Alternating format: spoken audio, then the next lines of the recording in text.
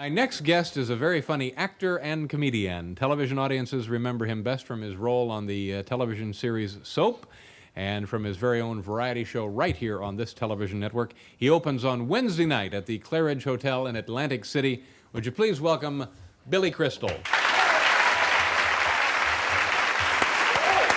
Billy. I can't believe I'm here with the hobby shop. I'm very friendly.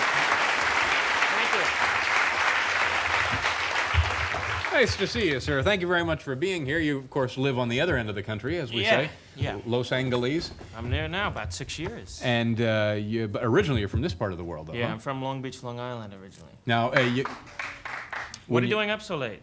You know, So when you come back here, do you see friends and relatives and so forth? Yeah, this has been fun, because I'm here for about 3 weeks, and I stayed with my mom, who I don't get to see a lot. And my 82-year-old Uncle Louie was there. It's great to eat with this man. Billy! Who's on Merv? Huh?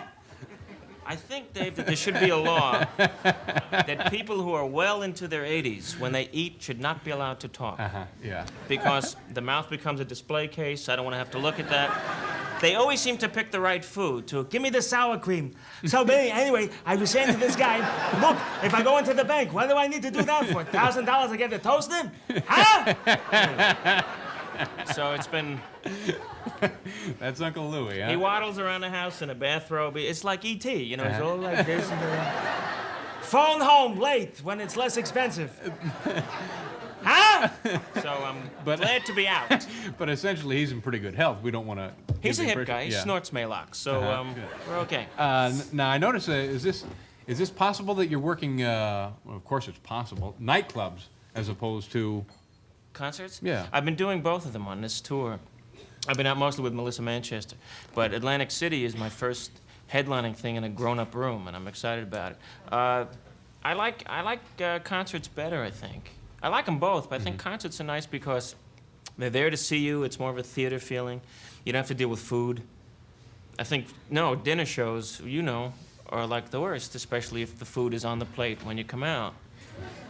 No, because you're trying to work, and people are looking at you, and food is a very personal thing. And they're eating, and you feel like a television, you know? And they're watching. And then if you catch them, you know, I like to make eye contact with people. And if you catch them eating, it's very embarrassing. It's like, go ahead, you know, you can go. Yeah. So I'm on stage once, this big hotel, and this is a hazard of being, you know, of opening. And a guy's eating, and I said something funny. He starts to laugh, and he starts to choke. But it was one of those laughs where it's like the beginning of Truth or Consequences, where everybody thinks it's like, oh, we got a Goonie laugher, you know, like, So the crowd's going nuts. So I looked down and I said, are you Flipper? And the crowd laughed more.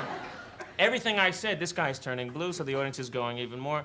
I said, you're choking. Audience goes crazy. The guy says, you're right, and grabs him behind and gives him the Heimlich. And this thing comes flying out of his mouth. Through the spotlight, shadow goes across my face. So those, I think What exactly was it? Concerts. Were you able to run a make on it? Did you identify what that was? No, we sent it to Noguchi. We couldn't make anything about it. Now, it's been my experience. I haven't done much of this, enough to know I don't belong there, but concerts also can be a little nasty when you get a lot of people.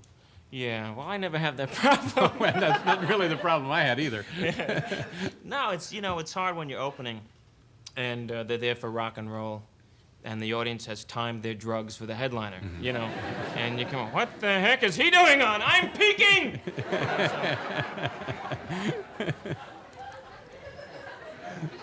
Have you noticed that Twice. that the little of this that I've done, people are making a different noise now in response to whatever the performer does on stage? Yeah, it used to be the sports, you know, the sports influence, the air horn.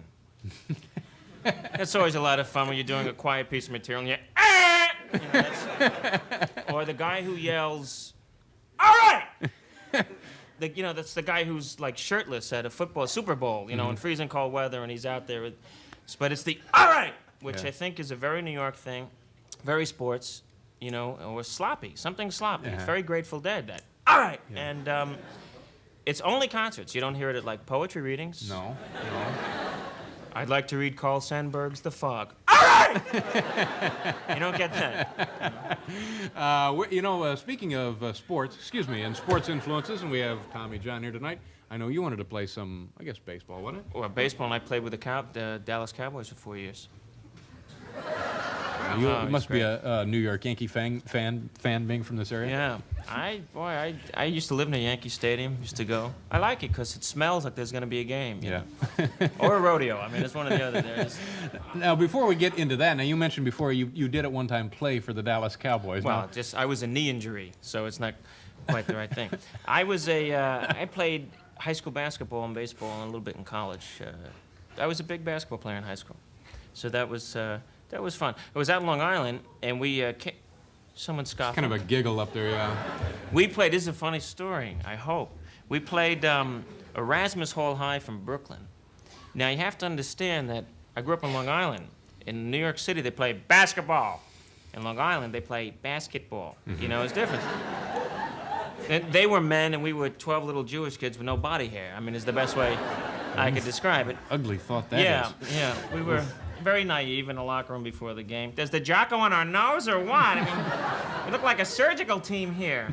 And they were intimidating. They pulled up at our high school in a Greyhound bus for the team. This is high school. And another bus for the children of the team. You know, it was like... And so the third quarter comes, we're doing good. We're down like 55 points. And the coach turns to me and says something that really upset me, which was, go in. I told him, "What are you nuts? There's a game going on here, you know." And it's embarrassing, Dave, when you get to center court, your friends are there, they're cheering, you try to look hip, you know, and tough and taller, and you tuck in your jersey and your number disappears, you know. So I went to that, and I get into a jump ball with this building. You know, this man has koala bears living on his legs, okay? This is large. And the ref throws up the ball, and I'm up to here in this guy. He later played pro, George Thompson. He played with the Milwaukee Bucks for a while. And everything was like in slow motion. You know, I could read the ball, void. And I jumped up, closed my eyes, reached up, swat! And he jumped too. So it was not the, yeah. So I get thrown out of the game for an intentional foul, and he's singing Somewhere with the Vienna Boys Choir. You know, I think that's it. But I love sports. You played, I was told today, you played, was it shortstop in high school? Yeah, baseball? shortstop and second base. And yeah. a pretty good shortstop, a pretty good infielder. Yeah, I can pick it, as they say. That pick means it. What does that mean? Fielding. Oh, I see. Yeah. I see. And ever any thoughts of going on to a professional baseball career? You know, it's everybody's fantasy, you know. But when you see what's going on, you know, with certain things, you don't want to get involved. I'd rather play for fun, you know. And plus being 5'6". Like what? What do you see that causes you to say that? I'm just looking at Tommy John, and it's terrible stuff that's happening, you know. And I think he's great, and I'm sorry that it's happening. I've never taken a stand before, ladies and gentlemen, on anything. But Tommy's back there. We've met just once, and I just wish him the best. Oh, you're talking.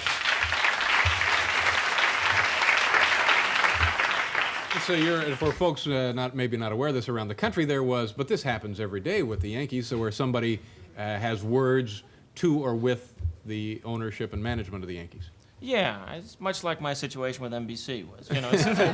That's everything. Now, speaking of that, are you doing, now you're out working clubs and stuff, you doing any more television, movies? Well, there's a couple of things that you know, it's one of those situations where you're right close to something and you can't really discuss it. I hope to be playing with Boston for the pennant drive in September. Now you'll be, where were you going to be? I'll be in Atlantic City Wednesday. And this is, as you said, your first grown-up adult sort of booking? Well, not headlining. Headlining. Oh, yeah. Well, the heat's on now. Yeah, the heat is on. Well, good luck to you, Billy. Thanks, Dave. Nice to see you again. Thank you very much. We'll be right back. Billy Crystal, ladies and gentlemen.